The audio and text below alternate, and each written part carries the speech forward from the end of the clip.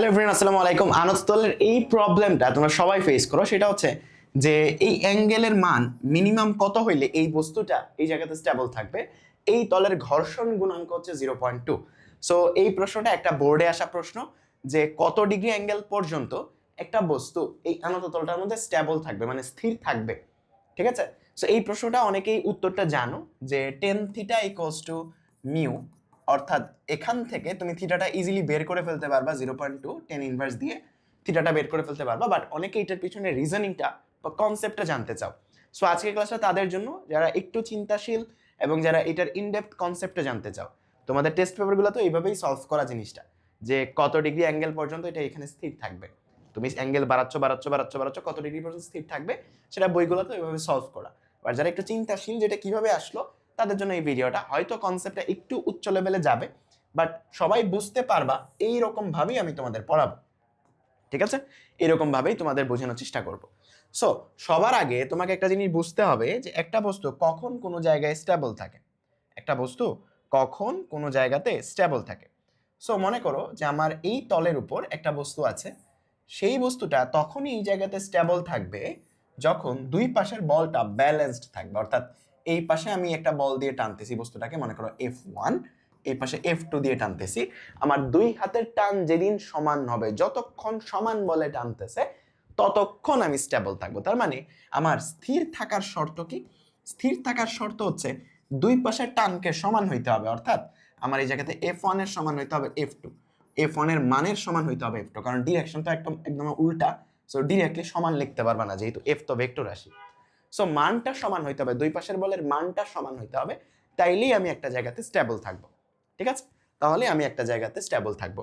এখন দ্বিতীয়ত আরেকটা জিনিস তোমাকে বুঝতে হবে, সেটা হচ্ছে, সেটা কি হচ্ছে? সেটা হচ্ছে যে মনে করো আমি এই জায়গাতে একটা আনত তল আঁকলাম, এইটা হচ্ছে আমার থিটা, মানে থিটা কোণে আনত একটা তল। এখন আমি যদি একটা লম্ব টানি, এখানে খেয়াল করে দেখো, এই বিন্দু থেকে একটা নিচের দিকে লম্ব টানি, একদম খাড়া নিচের দিকে লম্ব টানি, এবং এই বিন্দু থেকে এই তলের উপর লম্ব টানি। দেখো এইটা কিন্তু এই তলের উপর লম্ব, এই তলের উপর লম্ব, এই লাইনটা এই তলের উপর লম্ব, এবং এই তলের উপর মানে তোমার যেটা এই আন্ততল, সেটার উপর যদি একটা লম্ব টানি, খেয়াল করে যে এই লাইনটা, বুঝছো? এটা কার উপর লম্ব? এটা কিন্তু এই তলের উপর লম্ব। বুঝতে পারছো? দুইটা লম্ব রেখা টানলাম, একটা এই রেখার উপর, একটা এই রেখার উপর। এই যে এই রেখার উপর একটা লম্ব রেখা টানলাম। সো একটা জিনিস এই জায়গাতে মনে রাখতে হবে, যে এই অ্যাঙ্গেলটা থিটা হয়। এটা থিটা হলে এটাও থিটা হয়। কেমনে হয়?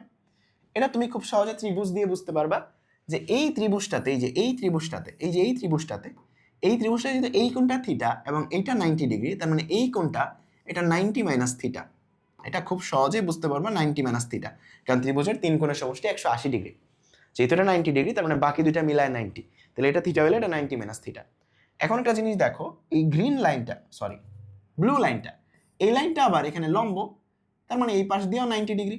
তাহলে এই সবটা যদি 90 ডিগ্রি হয়, আর এইটুকু যদি 90 মাইনাস থিটা হয়, তাহলে অবশ্যই মাস্ট বি এইটা থিটা। এইটা থিটা হইলেই বাকিটুকু 90 মাইনাস থিটা হবে, যদি সবটা 90 হয়। বুঝতে পারছো? তার মানে তুমি জাস্ট মনে রাখবা, যে এই জায়গাতে এই কোণটা থিটা হইলে, এই কোণটা থিটা হইলে এই রেখার উপর যে লম্ব লাইনটা, সেই লম্ব লাইনটাও থিটা কোণ উৎপন্ন করবে এই লম্ব লাইনের সাথে। এই কনসেপ্টটা মনে রাখবা। দ্বিতীয়ত আরেকটা কনসেপ্ট মনে রাখতে হবে, সেটা হচ্ছে উপাংশের। সো মনে করো যে একটা বস্তুর উপর একটা বল প্রয়োগ করছো ওই দিক বরাবর। ঠিক আছে? এইটা একটা তোমার বস্তু, এই বস্তুর উপর একটা বল প্রয়োগ করছো এই কর্নার বরাবর। খেয়াল করে দেখো, এখন তুমি একটা অক্ষ ডিফাইন করলা, মনে করো যে এইটা তোমার এক্স অক্ষ, এইটা তোমার ওয়াই অক্ষ, এটা তুমি ডিফাইন করলা। এখন একটু পরে বস্তুটা কোন দিকে যাবে? এটা কমন সেন্স, যে ভাইয়া বস্তুটাকে এই দিকে বল প্রয়োগ করছি, তার মানে এই বলটা দিয়ে বস্তুটা এই দিকেই যাবে, এই দিকেই যাবে। মনে করো এটা একটা টেবিল, টেবিলের মধ্যে আমি বস্তুটাকে সাজাইছি, সো বস্তুটা ওই দিকেই যাবে, এটা 100% শিওর, এই দিকেই যাবে। এখন তুমি একটু খেয়াল করলে দেখবা যে বস্তুটা একই সাথে এক্স অক্ষের দিকেও আগাচ্ছে, এই দিকে আগাচ্ছে, একই সাথে ওয়াই অক্ষের দিকেও আগাচ্ছে। এখন আমি নিউটনের প্রথম সূত্র থেকে তোমাকে বলতে পারি যে ভাই, আমরা তো জানি যে যেদিকে বল সেদিকে বস্তু যাবে, বল যেদিকে নাই সেদিকে বস্তু যাবে না। আমার এক্স অক্ষ বরাবর তো কোনো বল নাই, তাহলে বস্তুটা কেন এক্স অক্ষ বরাবর সরণ করছে? অবশ্যই এক্স অক্ষ বরাবর কোনো না কোনো বল আছে। ওয়াই অক্ষ বরাবর তো কোনো বল নাই, বাট তারপরে ওয়াই অক্ষ বরাবর সরণ করছে, অবশ্যই ওয়াই অক্ষ বরাবর কোনো না কোনো হয়তো বল আছে।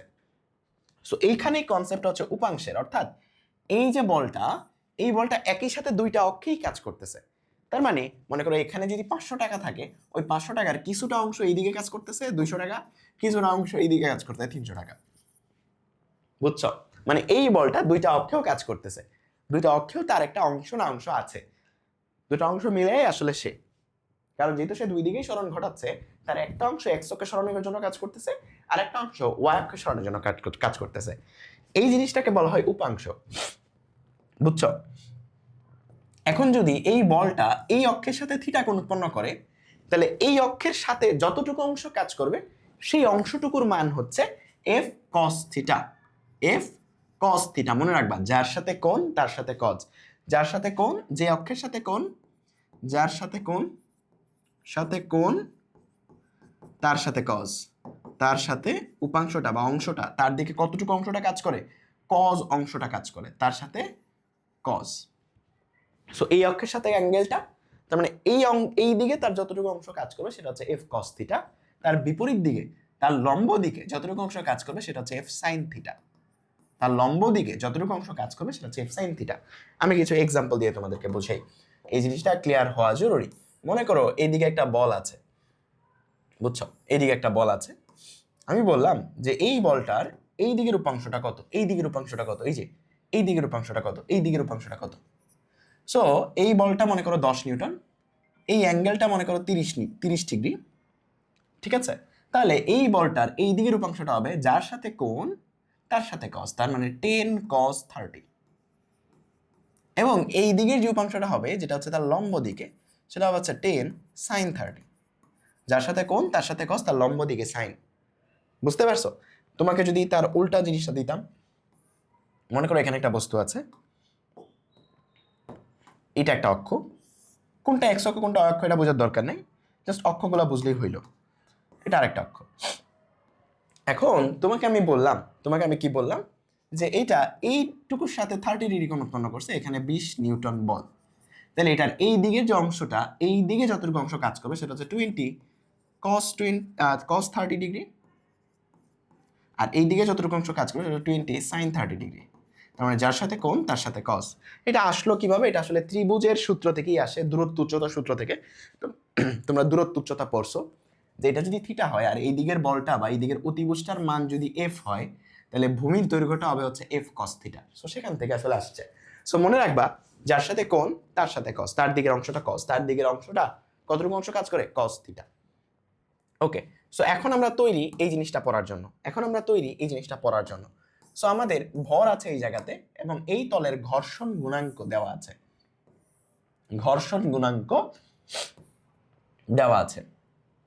ঠিক আছে? ঘর্ষণ গুণাঙ্ক দেওয়া আছে, ঠিক আছে? সো এর আগে ঘর্ষণ গুণাঙ্কের থেকে আরেকটা জিনিস তোমাকে পড়তে হবে, সেটা একটু কনসেপ্টে পড়ায় আনি। সেটা হচ্ছে যে ঘর্ষণ গুণাঙ্ক, মনে করো এই তলের ঘর্ষণ গুণাঙ্কটা 0.02 দেওয়া, এটা হচ্ছে মিউ এর ভ্যালুটা, এটা কি, এটা ইকুয়ালস দেওয়া মিউ এর ভ্যালু বা ঘর্ষণ গুণাঙ্ক। এখন এই বস্তুটার উপর ম্যাক্সিমাম কতটুকু ঘর্ষণ লাগতে পারবে? ঘর্ষণ কোন দিকে লাগে? গতির বিপরীত দিকে। তার মানে মনে করো এই দিকে গতি, তার মানে গতির বিপরীত দিকে ঘর্ষণ কাজ করবে, এই দিকে কাজ করবে ঘর্ষণ বলটা। সো ঘর্ষণ বলটা ম্যাক্সিমাম কতটুকু হইতে পারে? ঘর্ষণ বলটা ম্যাক্সিমাম হইতে পারবে হচ্ছে মিউ ইন্টু প্রতিক্রিয়া বল, অর্থাৎ এই ভূমি থেকে যতটুকু প্রতিক্রিয়া বল পাচ্ছে। দেখো বস্তুটার ওজন যতটুকু, ততটুকু ওজনই বস্তুটার নিচের দিকে ক্রিয়া করতেছে এমজি, এবং ভূমিটাও তাকে প্রতিক্রিয়া বল দিচ্ছে এমজি। তার মানে এই এমজিটাই হচ্ছে এই জায়গাতে প্রতিক্রিয়া বল, ভূমি থেকে যেটা প্রতিক্রিয়া পাচ্ছে। সো মিউ ইন্টু এমজি সেটাই হবে তার সর্বোচ্চ ঘর্ষণ বলটা। এখন যদি এমন হইতো যে তুমি আসলে ক্রিয়া বল এমজি দাও নাই বা প্রতিক্রিয়া বল এমজি না, তাহলে এই জায়গাতে এমজি থাকতো না, অন্য প্রতিক্রিয়া বল থাকতো। মানে তুমি যতটুকু ক্রিয়া করবে ততটুকুই প্রতিক্রিয়া পাবা, ওই প্রতিক্রিয়া বলটা এই জায়গাতে আসবে ঘর্ষণের মানের জন্য, ঘর্ষণ বলের মানের জন্য। এখন আমরা তৈরি এই জিনিসটা পড়ার জন্য।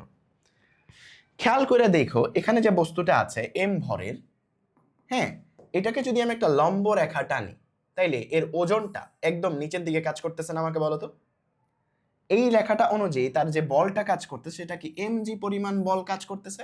একমত সবাই আমার সাথে? একদম পৃথিবীর দিকে, পৃথিবীর কেন্দ্রের দিকে এমজি পরিমাণ বল কাজ করতেছে, রাইট? আমার সাথে একমত তোমরা সবাই। এখন আমি হচ্ছে এটাকে ভাঙাবো, দুইটা অক্ষে ভাঙাবো। একটা হচ্ছে এই অক্ষ, যেটা হচ্ছে এই তলের উপর লম্ব, আরেকটা হচ্ছে এই তলের সমান্তরাল।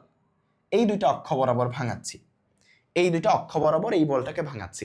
তাহলে একটু আগে পরে আসছি, এই কোণটা থিটা হইলে এই কোণটাও তোমাদের থিটা, রাইট? এই কোণটা থিটা হইলে এই কোণটাও তোমাদের থিটা। সো এই কোণটা থিটা হইলে যদি এই কোণটা থিটা হয়, তাহলে যার সাথে কোণ তার সাথে কস, তার মানে এইটুকুর এই দিকের অংশটা হবে mg cos থিটা, এবং এইটুকুর এই দিকের উপাংশটা হবে mg sin থিটা। আশা করি এটুকু সবাই বুঝছো। এখন বস্তুটা এই তলের উপর ক্রিয়া বল দিচ্ছে mg cos থিটা, তার মানে সে প্রতিক্রিয়া বলও পাবে mg cos থিটা। তার মানে সে এই তল থেকে প্রতিক্রিয়া বল পাবে mg cos theta, mg cos theta, কারণ এই তলের উপর সে ক্রিয়া দিচ্ছে mg cos থিটা। বুঝা গেল? ওকে, এখন একটু চিন্তা করো, এই বস্তুটা নিচের দিকে একটা বল আছে, সেটা হচ্ছে mg sin থিটা। এই বলটার কারণে সে নিচে পড়ে যেতে চাবে, তাকে বাধা দিবে বা অপোজ করবে কে? তাকে বাধা দিবে হচ্ছে ঘর্ষণ বল। কে বাধা দিবে? ঘর্ষণ বল বাধা দিবে। গতির বিপরীতে ঘর্ষণ বল বাধা দিবে। তার মানে তাকে বাধা দিবে হচ্ছে ঘর্ষণ বল, ফ্রিকশন বল। তাহলে তারা কতক্ষণ স্টেবল থাকবে? এটা বাচ্চারাও বলতে পারবে যে ভাই নিচের দিকের বল আর উপরের দিকের বল যতক্ষণ সমান আছে ততক্ষণ স্টেবল থাকবে। তার মানে স্থির থাকার শর্ত আমি কি লিখতে পারবো? স্থির থাকার শর্ত আমি লিখতে পারবো যে তারা স্থির থাকবে শুধুমাত্র একটা শর্তেই, যে যতক্ষণ mg sin থিটা আর এই ঘর্ষণ বল যতক্ষণ সমান থাকে ততক্ষণ তারা স্থির থাকবে।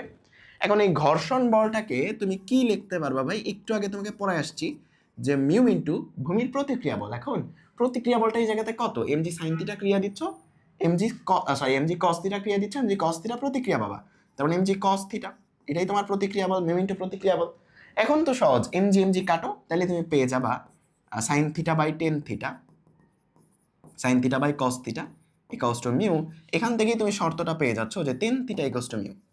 অর্থাৎ তোমার অ্যাঙ্গেলটা হবে যে কত ডিগ্রি পর্যন্ত তুমি স্টেবল থাকতে পারবা, সেটা এই মিউ বা ঘর্ষণ গুণাঙ্কের উপর ডিপেন্ড করতেছে। সো এখান থেকে তুমি আসলে বের করতে পারবা, যে আসলে তোমার কত ডিগ্রি অ্যাঙ্গেল পর্যন্ত তোমার এই বস্তুটা স্টেবল থাকবে।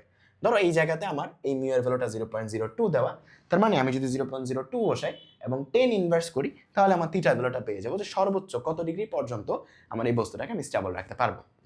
সো আশা করি এই ভিডিওটা সবার খুবই খুবই কাজে লাগছে। অ্যান্ড আমাকে কমেন্ট বক্সে জানাবা যে কতটুকু হেল্প করছে এই ভিডিওটা। অ্যান্ড তোমাদের সবাইকে ধন্যবাদ ক্লাসটা করার জন্য। এবং এইরকম কনসেপচুয়াল ভিডিও তোমরা আরও চাও কিনা, ঘর্ষণের উপর, আনততলের উপর তো দিলাম, তারপর কপিকলের উপর, পুলির উপর, টেনশন বলের উপর, এটা একটু কমেন্টে জানাবা, এবং জানাবা ভিডিওটা কেমন লাগছে। সবার একটা করে আমি কমেন্ট চাই। সো অবশ্যই কমেন্টে দেখা হচ্ছে সবার সাথে, সবার কমেন্টের উত্তর আমি দিব। সো কমেন্ট অবশ্যই করবা এবং ভিডিওতে একটা লাইক দিয়ে আমাদের এই চ্যানেলটাকে সাবস্ক্রাইব করে নিবা। এবং আমাদের এই চ্যানেলটাতে ব্ল্যাকবোর্ড এডু যে চ্যানেলটা আছে, এই চ্যানেলে তোমাদের জন্য আরো অসংখ্য জিনিসপত্র আছে। যেমন আমার চলতরিতের প্লেলিস্ট এখানে আসতেছে, ফ্রি প্লেলিস্ট। পাশাপাশি ওয়ান শট ক্লাস আছে আমার গতির উপর, তরঙ্গের উপর, এই অধ্যায়গুলোর উপর ওয়ান শট ক্লাস আছে কাজ শক্তি ক্ষমতার উপর। সো এইগুলো অবশ্যই দেখে নিবা, তোমাকে অনেক বেশি হেল্প করবে। ওকে, সো ব্ল্যাকবোর্ড এডুর সাথে থাকার জন্য তোমাদের সবাইকে ধন্যবাদ। আল্লাহ হাফেজ।